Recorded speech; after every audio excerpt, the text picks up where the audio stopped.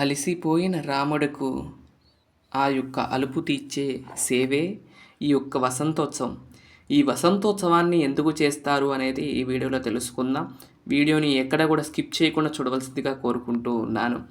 ఇక్కడ వసంతోత్సవంలో భాగంగా ముందుగా విశ్వసేన పూజ, పుణ్యాహవచనం అలాంటి కార్యక్రమాలన్నీ కూడా చేసుకుని, ఆ చందనంలోకి కూడా సర్వదేవతలను ఆవాహన చేసుకుని, ఆ తర్వాత ఆ చందనాన్ని కూడా శుద్ధి చేసుకుని, ఆ యొక్క చందనంతో స్వామివారికి జరిగే ఈ యొక్క ఉత్సవాన్ని మీరు ఇక్కడ వీక్షించబోతున్నారు. ఇక్కడ పుణ్యాహవాచన కార్యక్రమం అనేది జరుగుతూ ఉన్నది. ఆ యొక్క జలంలోకి సర్వనదుల్ని, తీర్థాలని కూడా ఆహ్వాన చేసి, ఆ యొక్క తీర్థాన్ని మనం అక్కడ ఉన్న సామర్ మీద అంతా కూడా శుద్ధి చేసుకుని, తర్వాత చందనం కూడా అక్కడ చేసుకుని, చందనంలో కూడా సర్వదేవతలను ఆవాహన చేసుకుని, వారి యొక్క దేవతలన్నిటినీ కూడా తర్వాత చందనాన్ని కూడా స్వామివారికి సమర్పించడం కోసం శుద్ధి చేసుకుని పూజా కార్యక్రమాలన్నీ కూడా ఇక్కడ జరుగుతూ ఉన్నాయి. ఇక్కడ కొంచెం ఫాస్ట్ ఫార్వర్డ్లో పెట్టానండి, చూసుకోండి. అలాగే ఈ యొక్క ఉత్సవం అనేది మనకి బ్రహ్మోత్సవాల్లో 6వ రోజు సాయంత్రం అయితే చేస్తారండి. ఇక్కడనే కాదు, తిరుపతిలో కూడా చేస్తారు. తిరుపతిలో ఏంటంటే కనుక ఇక్కడ స్వర్ణ రథోత్సవం అనేది ఉంటుంది. ఆ స్వర్ణ రథోత్సవం రోజు మాత్రమే చేస్తూ ఉంటారు. చేసి ఆ తర్వాత స్వర్ణ రథంలో పెట్టి ఊరేగిస్తూ ఉంటారు. అలాగే తిరుచానూరులో కూడా 6వ రోజు ఈ వసంతోత్సవాన్ని విశేషంగా చేస్తూ ఉంటారు. అలాగే ఇక్కడ కోదండరామస్వామి వారి యొక్క ఆలయంలో కూడా ఈ యొక్క వసంతోత్సవం చేస్తారు. ఎందుకు ఈ వసంతోత్సవం చేయాలి అంటే కనుక, స్వామివారు ఈ వివిధ వాహనాల్లో మనకు దర్శనాన్ని ఇస్తూ ఉన్నారు. ఇప్పుడు మనకు కూడానండి, ఇప్పుడు ఒకే పనిని ఒక వారం రోజులు చేస్తూ ఉంటుంటే ఎలా అనిపిస్తుంది, మనకు కూడా కొంచెం అలసటగా అనిపిస్తుంది. 2 రోజులు బాగుంటుంది, ఫస్ట్ 2 రోజులు బాగా చేస్తాము, 3వ రోజు బాగానే చేస్తాం, 4వ రోజు కాడ నుండి మనకి ఏంటంటే కొంచెం అలసట అయితే వస్తుంది. ఆ అలసట పోగటానికి కోసం స్వామివారు ఏం చేశారు అంటే కనుక, ఇలాంటి చిన్న ఉత్సవాన్ని ఏర్పాటు చేసుకున్నారు ఆ బ్రహ్మగారు. ఏంటంటే కనుక ఆ రోజు ఈ యొక్క వసంతోత్సవం ఆడినట్లయితే ఆ యొక్క మనకి ఇంకా ఎక్కువ శక్తి వస్తుంది ఈ 6వ రోజు నాడు సాయంత్రం అని చెప్పి ఈ యొక్క ఉత్సవాన్ని అయితే ప్రారంభించడం జరిగింది. అప్పటి నుండి కూడా సాయంత్రం పూట వసంతోత్సవం కార్యక్రమం అనేది జరుగుతూ ఉన్నది. మన శాంతినిలయంలో కూడా ఈ వసంతోత్సవం జరిగింది. అలాగే ఇక్కడే కాదండి, మనకి కోదండరామస్వామి వారి యొక్క దేవాలయంలో కూడా ఆ రోజు ఈ యొక్క వసంతోత్సవం అనేది జరిగింది. కొంచెం వీడియోలన్నీ కూడా లేట్గా వస్తున్నాయి, కొంచెం ఏమనుకోకండి. అంటే అన్నీ ఒకేసారి పెట్టేస్తే మీకు అర్థం కాదు, అంటే ఏ వీడియో మిస్ అవుతారని చెప్పి నేను అప్పుడొక వీడియో పెడుతూ ఉన్నాను. అలా ఇవాళకి మనం వసంతోత్సవం దగ్గరికి వచ్చేసాము. స్వామివారికి కొంచెం చందనం సమర్పించాం, తర్వాత అమ్మవారికి కూడా చందనం సమర్పిస్తూ, లక్ష్మణ స్వామివారికి కూడా చందనం సమర్పిస్తూ ఈ కార్యక్రమాన్ని అయితే చేయటం అనేది జరిగిందండి. ఇప్పుడు చూస్తే లక్ష్మణ స్వామివారికి కూడా ఆ యొక్క చందనాన్ని అలంకరించి ఇవన్నీ కూడా చేయటం అనేది జరిగిందండి. చాలా అందంగా ఈ యొక్క ఆనందంగా ఉత్సవం జరిగిందని చెప్పుకోవచ్చు. చాలా బాగా జరిగిందండి వసంతోత్సవం. అన్ని ఉత్సవాల్లో కంటే వసంతోత్సవమే చాలా బాగా జరిగిందని నేను అనుకుంటూ ఉంటాను. ఎందుకంటే ఆ రోజు స్వామివారు ఎంత ప్రసన్నంగా ఉంటారు అంటే కనుక అంత ప్రసన్నంగా ఉంటారు. చాలా చిరునవ్వులు చిందిస్తూ ఆయన దర్శనాన్ని ఇస్తారు. ఎందుకంటే వసంతోత్సవం అంటే ఎవరికి ఇష్టం లేదండి, ప్రతి ఒక్కరికి కూడా వసంతోత్సవం అంటే చాలా ఇష్టం. ఆ రోజు ఆ నీళ్ళన్నీ కూడా సుగంధ ద్రవ్యాలన్నీ కూడా మన మీద వేసుకుంటుంటే ఆ వాసన కానీ, ఆ యొక్క ఆడుకునే విధానం కానీ చాలా ఆనందాన్ని కలిగిస్తుంది. అలాంటి ఉత్సవాన్ని ఇక్కడ మనం చూస్తూ ఉన్నాం. ఆ చందనపు నీళ్లను మొత్తం కూడా స్వామివారికి సమర్పించడం జరిగింది.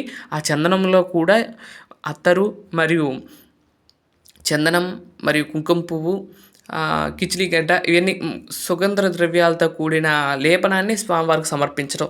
ఆ స్మెల్ ఇంకా చెప్పవసరం లేదు, అంత స్మెల్ వస్తూ ఉంటుంది. ఈ విధంగా స్వామివారికి ఆ చందనం అంతా కూడా సమర్పించడం జరిగింది. అలాగే ఈ యొక్క ఉత్సవాన్ని ఎందుకు జరుస్తారు అర్థమైంది కదండి. 5వ రోజు అలసట తీరటం కోసం ఈ యొక్క వసంతోత్సవం చేస్తారు ఒకటి. అలాగే 6వ రోజు ఈ యొక్క ఉత్సవాల్లో ఎలాంటి కొంతమంది ఇదవ్వచ్చు ఏంటంటే కనుక అలసిపోయి ఉంటారు, వాళ్ళకు కూడా కొంచెం ఎనర్జీ ఇచ్చేలాగా ఈ యొక్క ఉత్సవాన్ని చేస్తారని అనుకోవచ్చు. ఈ విధంగా ఉత్సవం అంతా కూడా పూర్తయిపోయిన తర్వాత అలా ఒక రెండు ప్రదక్షిణంగా వచ్చి స్వామివారి యొక్క వసంతోత్సవం అనేది పూర్తవుతుంది. వసంతోత్సవం ఎలా అనిపించింది ఏంటో తప్పకుండా కామెంట్ చేయండి. ఈ యొక్క ఉత్సవాన్ని ప్రతి గుళ్ళల్లో చేస్తారు. కొన్ని చోట్ల ఏంటంటే ఈ యొక్క ఉత్సవాన్ని శ్రీరామనవమి అయిపోయిన తర్వాత చేస్తూ ఉంటారు. మనమైతే ఈ యొక్క బ్రహ్మోత్సవాల్లో 6వ రోజు అయితే చేయటానికి ఎప్పుడు కూడా చేస్తూ ఉంటాం కాబట్టి అదే రోజు ఈ యొక్క ఉత్సవాన్ని నిర్వర్తించటం జరిగింది. మీరు కూడా ఇక్కడ వీక్షిస్తూ ఉన్నారు స్వామివారిని. ఆ యొక్క రామచంద్రుడు అలా కదులుకుంటూ మన యొక్క శాంతి నిలయంలో ఒక ప్రదక్షిణంగా చేసి ఆ వసంతోత్సవాన్ని ఆస్వాదించారని చెప్పుకోవచ్చు. ఈ విధంగా వసంతోత్సవం అయితే జరిగింది. ఈ వీడియోలో లాస్ట్లో మీకు స్వామివారిని దగ్గరగా చూపిస్తాను. వీడియోని ఎక్కడ కూడా స్కిప్ చేయకుండా చూడవలసిందిగా నేను కోరుకుంటూ ఉన్నాను.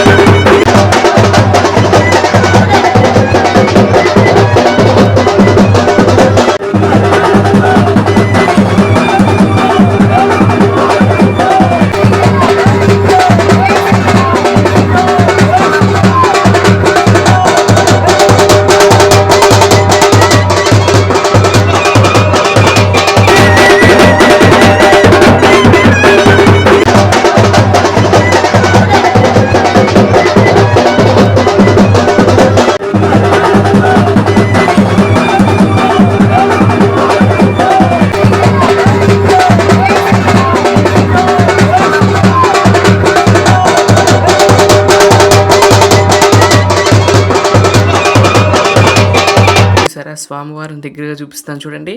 ఎంత ప్రశాంతంగా, ఎంత నవ్వుతూ మనకి దర్శనాన్ని ఇస్తూ ఉన్నారో చూడండి. ఆ యొక్క తెల్లని పంచెన వస్త్రాలకు ధరించి సీతారామ లక్ష్మణుడు మనకి దర్శనాన్ని ఇస్తూ ఉన్నారు. ఆ చల్లని గొడుగుల నీడలో ఆ యొక్క ఉత్సవాన్ని జరుపుకుంటూ స్వామి మనకి అనుగ్రహాన్ని కలిగిస్తూ ఉన్నారు. ఒక పక్కన సీతాదేవి, మరో పక్కన లక్ష్మణస్వామి వారు, మధ్యలో శ్రీరామచంద్ర వారు మనకి దర్శనాన్ని కలిగిస్తూ మనకి కనువిందు చేస్తూ ఉన్నారు. ఈ యొక్క ఉత్సవంలో ఆభరణాలన్నీ కూడా కొంత ఆభరణాలని అలంకరించుకుని స్వామి వసంతోత్సవాన్ని ఆడుకుని, వసంతోత్సవం అంతా కూడా పూర్తయిపోయిన తర్వాత స్వామివారికి కర్పూర దివ్యమంగళ నీరాజనాలతో వసంతోత్సవం అనేది పూర్తయింది. మీకు ఎలా అనిపిస్తుంది ఈ వీడియో అనేది తప్పకుండా చేయండి. ఎప్పుడైనా సరే వసంతోత్సవం రోజు మనం ఎక్కడ పాల్గొన్నా కూడా చాలా మంచిదండి. ఎవరైతే సంతానం కావాలి అనుకున్నవారు ఈ వసంతోత్సవంలో పాల్గొవాలని చెప్తూ ఉంటారు. వసంతోత్సవంలో పాల్గొంటే సంతానం కలుగుతుందని కొంతమంది చెప్తూ ఉంటారు. కాబట్టి ఈ యొక్క వసంతోత్సవంలో ఎక్కడైనా జరిగితే మీరు తప్పకుండా పాల్గొనండి. ఆ స్వామివారి యొక్క పరిపూర్ణ అనుగ్రహాన్ని మీరందరూ కూడా పొందాలని నేను మనస్ఫూర్తిగా కోరుకుంటూ, ఈ యొక్క వసంతోత్సవం ఎలా అనిపించింది ఏంటనేది కూడా తప్పకుండా కామెంట్ చేయవలసిందిగా కోరుకుంటున్నాను. మా వీడియోలు కనుక మీకు నచ్చినట్లయితే లైక్ చేయండి, షేర్ చేయండి, సబ్స్క్రైబ్ చేయండి. మరొక మంచి వీడియోతో రేపటి వీడియోలో కలుస్తాను. అంతవరకు సెలవు. నమస్కారం. ఓం నమో వెంకటేశాయ. ఓం నమో నారాయణాయ.